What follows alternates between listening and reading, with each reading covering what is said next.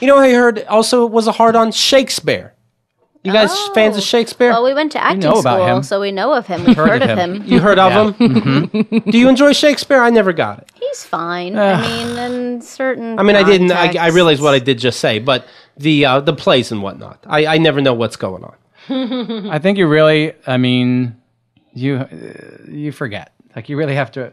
I forget all the time. Unless someone's not like you have to make sense of the language, and if you're not, then it's like this is terrible. I have no idea what's going on. It's also usually almost always boring. I mean, I've done a bunch of Shakespeare. He's done a bunch of Shakespeare. It's like you just know when people are watching it that they just want it to be over. Yeah, it's there's just no getting around. It's like there's no fixing it almost. Yeah, he's kind of wordy. Yeah. How about if the witches have something to say it. Right. Because you're boring me. They do. Yeah. They say it. They just take a lot of time to say it, and they say it in a different language. Just say it's fucking boiling. Yeah. The potion. Right.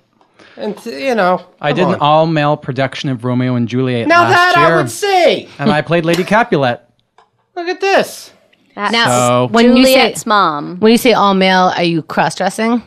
Yes, I was. Or did they turn all the characters into male? No, I was wearing lady garments, but it wasn't campy at all. I wasn't wearing makeup and wigs. It was really just the clothing. He looked fabulous. Thank you, Sarah. You wore the clothes well. Thank you. Lauren was in a modern day Romeo and Juliet, and she played Romeo, and the two moms were in drag.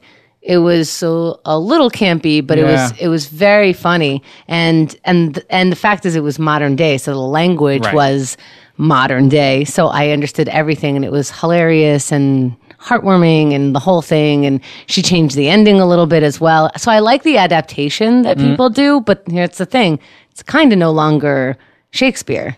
Because it's not. Everybody acts like they love Shakespeare. That's why you had to add swords and guns into it with Leonardo DiCaprio. So we give a fuck. It turns out William Shakespeare was a real asshole. He's a ruthless businessman. He dabbled in money lending and grew wealthy during famines. Whenever there was a famine, he would hoard grain and rice and all this stuff and price gouge. And he would say, you want this? I'm the only guy to come to now, and jack up the prices.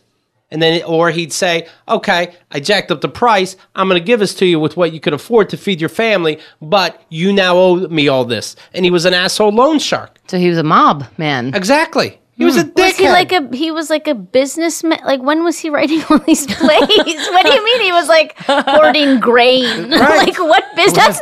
What business is that he was also doing on the side while writing The Merchant of Venice? Well, how are we just finding this out now? Is my question. Exactly. Like, we just realized this. Well, a bunch of 16-year-olds came out. Yep.